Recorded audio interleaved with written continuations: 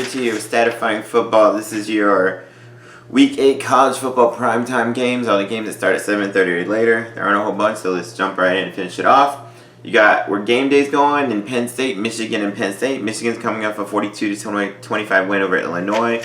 They were up 28-0, and then Illinois came all the way back to make it 28-25, and then Michigan pulled away. Shea Patterson was fine, 11-22, 194, 3 touchdowns passing and 1 rushing.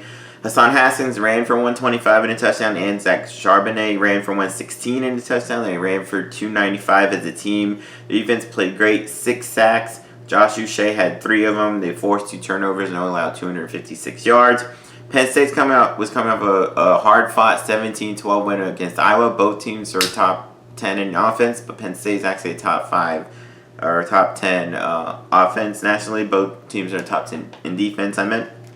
Sean Clifford, so again, 12-24, 117, 1 passing touchdown, 52 yards rushing. Noah Kane ran for 102 and a touchdown. They had 177 rushing yards.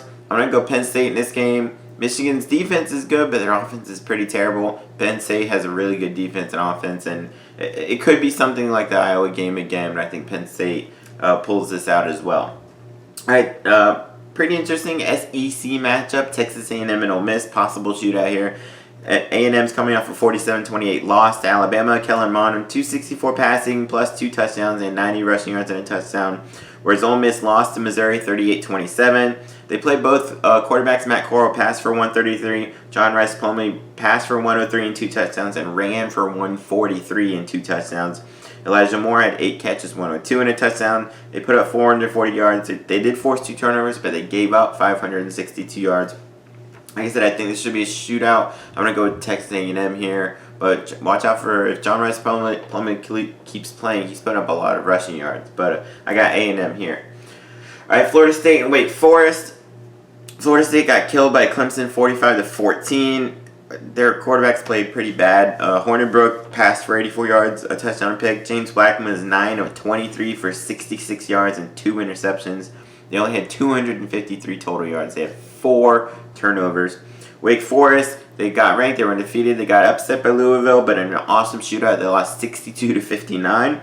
They played both their quarterbacks as well, but for good ways. Jamie Newman, 251 passing, 3 touchdowns, did throw 2 interceptions. Sam Hartman, 172 passing, 2 touchdowns. Christian Bale-Smith ran for 123. They ran for 245 as a team. Sage Surratt had 12 catches for 196 yards and 3 touchdowns.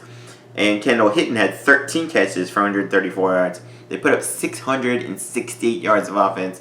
They turned it over 3 times. I'm going to go Wake Forest here. Florida State, they've shown they can score some in some games, but it's been so inconsistent. Wake Forest has put up points like nothing on everybody. Even in the loss, they still put up 59. I got Wake Forest here. It should be close. It should be close, possibly shootout, but I got Wake Forest. All right, Tennessee and Alabama. I don't know. Tennessee beat Mississippi State somehow 20-10. Brian Moore passed for 61 yards and 2 picks. Then he got hurt. Then Garantano came in, passed for 106 and a touchdown, ran for 190. Defense had 7 sacks, forced 3 turnovers, and only allowed 267 yards in the game. Whereas Bama blew out Texas A&M 47-28. Tua, 293 passing. Tua Tagovailoa, 293 passing, 4 touchdowns, 1 pick. Najee Harris, 114 rushing. Defense had 5 sacks and a block punt return for a touchdown. I got Bama all over Tennessee in this one. Tennessee still isn't very good, and Alabama may be a national champion. All right, possible shootout in the Pac-12 here. Arizona Wildcats taking on USC Trojans. Arizona lost 51-27 to Washington. Khalil Tate, 184 passing, 1 touchdown, 1 pick. They put up 360 yards, which isn't bad, but they turned it over 4 times. They didn't want to do that against USC's potent offense.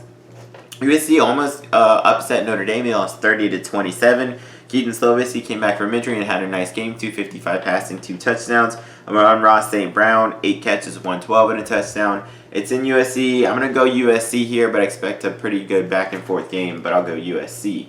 All right, Boise State traveling to BYU. Boise State, they beat Hawaii 59-37. They played 3 quarterbacks, one partially by design, partially by because their starter, Hank Bachmeier, got hurt. He may or may not play this week. And the time he played, he wasn't great completion percentage-wise, 3 of 9. but 58 yards and a touchdown. Then Chase Cord came in, passed for 175 and 3 touchdowns. Then Jalen Henderson came in and passed for 82 yards and a touchdown. John Hightower had 7 catches for 141 and 2 touchdowns. They ran for 203, put up 518. Defense allowed 438 yards, but they forced 4 turnovers against Hawaii. Whereas BYU lost to USF 27-23. Jaron Hall, his first black quarterback to start ever at BYU. Not a bad first game though, 148 passing and a touchdown, and ran for 83 yards and a touchdown. They had 218 rushing yards as a team, but they turned it over twice. This could be close. BYU is 2-4, but they've been closer in those games than their record indicates. That being said, whoever starts for Boise State, I think Boise State's just a better overall team, so I'll go Boise here. All right, Nevada, Utah State. This will be a shootout in the Mountain West. Nevada, in a shootout win, they beat San Jose State 41-38. Malik Henry, former Netflix U, former Florida State guy. 352 passing, 1 touchdown pass. He did throw 2 picks, though. Toa Taua ran for 160 and a touchdown. Romeo Daubs had 5 catches, 146 and a touchdown. They put up 541 yards of offense. They did turn over 3 times, and you don't want to do that against Jordan Love and the Utah State Aggies. They did force 2 turnovers, had a pick 6, but they did give up 420 yards to San Jose State.